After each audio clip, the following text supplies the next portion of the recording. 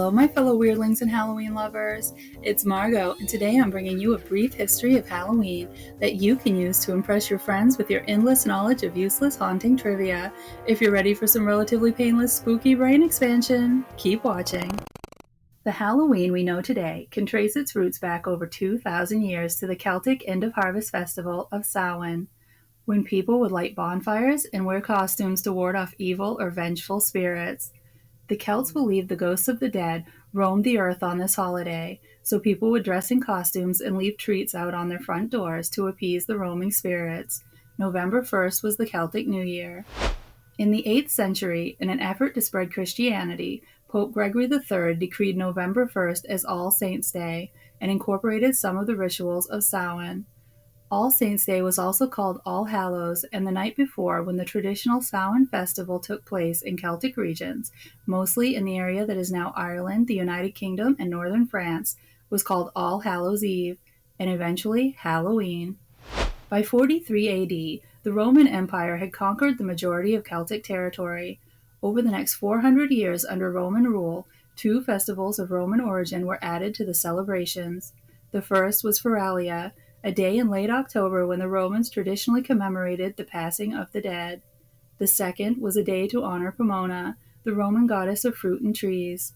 The symbol of Pomona is the apple, and the incorporation of this celebration into Samhain partially explains the tradition of bobbing for apples that's practiced today. In 1000 AD, the Church made November 2nd All Souls' Day, a day to honor the dead. All Souls' Day was celebrated similarly to Samhain, with big bonfires, parades, and dressing up in costumes as saints, angels, and devils. All Souls' Day was also called All Hallows, or All Hallowmas. So how did these ancient celebrations flourish in North America? The celebration of Halloween was extremely limited in colonial New England because of the rigid religious belief systems there. Halloween was much more common in Maryland and the southern colonies. As the beliefs and customs of different European ethnic groups and Native Americans meshed, a distinctly American version of Halloween began to emerge. The first celebrations included play parties, which were public events held to celebrate the harvest. Neighbors would share stories of the dead, tell each other's fortunes, dance, and sing. Colonial Halloween festivities also featured the telling of ghost stories and mischief-making of all kinds. By the middle of the 1800s, annual autumn festivals were common, but Halloween was not yet celebrated everywhere in the country. In the second half of the 1800s, America was flooded with new immigrants. These new immigrants, especially the millions of Irish fleeing the Irish potato famine, helped to popularize the celebration of Halloween nationally. Now that we know how we got Halloween, let's take a look at how Halloween got its traditions and iconic imagery.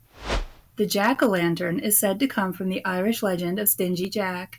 Legend has it that Stingy Jack invited the devil to have a drink with him, but Jack didn't want to pay for the drink, so he convinced the devil to turn himself into a coin. Instead of buying the drink, he pocketed the coin and kept it close to a silver cross in his house, preventing the devil from taking shape again. He promised to let the devil go as long as he would leave Jack alone for a year, and that if Jack died, the devil wouldn't claim his soul. After a year, Jack tricked the devil again to leave him alone and not claim his soul. When Jack died, God didn't want such a conniving person in heaven, and the devil, true to his word, would not allow him into hell. Jack was sent off into the night with only a burning coal to light his path. He placed the coal inside a carved-out turnip and has been roaming the earth ever since. In the 19th century, people in Ireland and Scotland began creating their own versions of Jack's lanterns by carving scary faces into turnips, beets, and potatoes, hoping to scare away Stingy Jack or any other spirits of the night. The tradition eventually traveled to the United States along with the immigrants, and people began to use pumpkins, native to North America, for the lanterns instead. According to ancient Roman records, tribes located in today's Germany and France traditionally wore costumes of animal heads and skins to connect to spirits of the dead. It was believed that phantoms walked the earth on the night of Samhain, so ancient Celts would dress up in costumes typically consisting of animal heads and skins in an effort to repel the spirits, and attempted to tell each other's fortunes. This tradition of dressing in costume continued into modern-day celebrations of Samhain and Halloween. The villagers' practice of dressing up in animal skins and dancing around the fire to scare away spirits during Samhain evolved into mumming in the Middle Ages, where bands of masked and costumed performers would roam the streets entertaining people in exchange for treats in the form of food or drink. In Scotland and Ireland, young people would go guising, a tradition in which they dressed in costume and visited houses.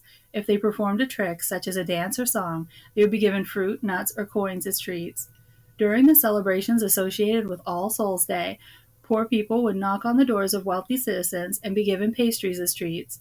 Like mumming and guising, this practice called souling was a precursor to modern trick-or-treating.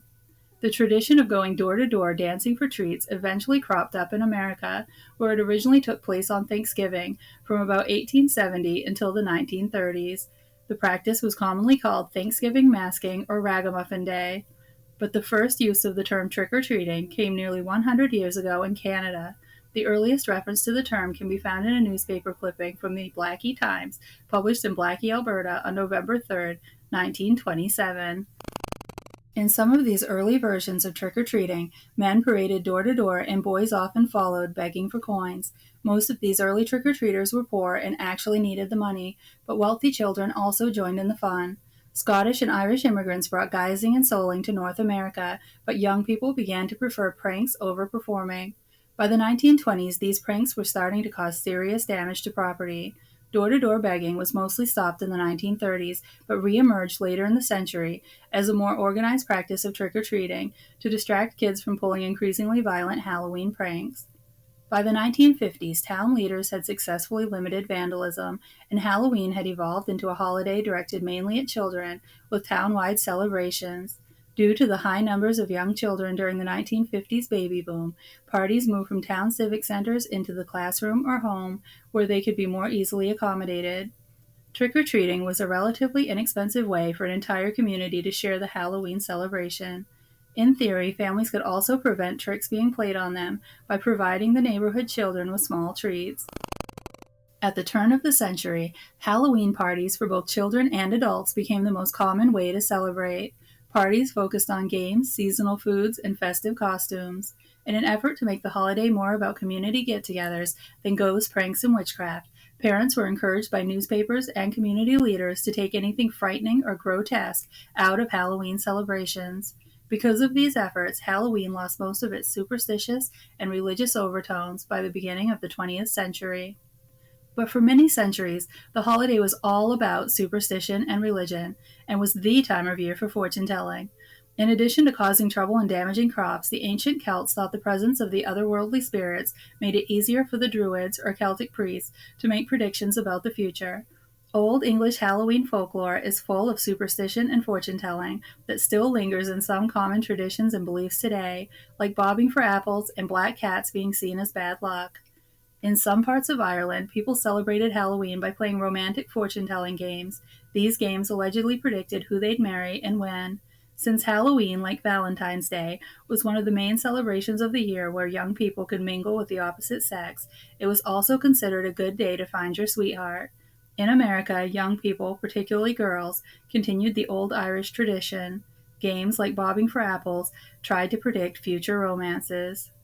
Bobbing for apples started as an 18th century British courting ritual. In one set of rules, each apple was assigned to a potential suitor. The woman bobbing for apples would attempt to bite into the apple associated with her preferred suitor. If she bit it on the first try, they would be destined for love. If it took her 2 tries, their love would fizzle out.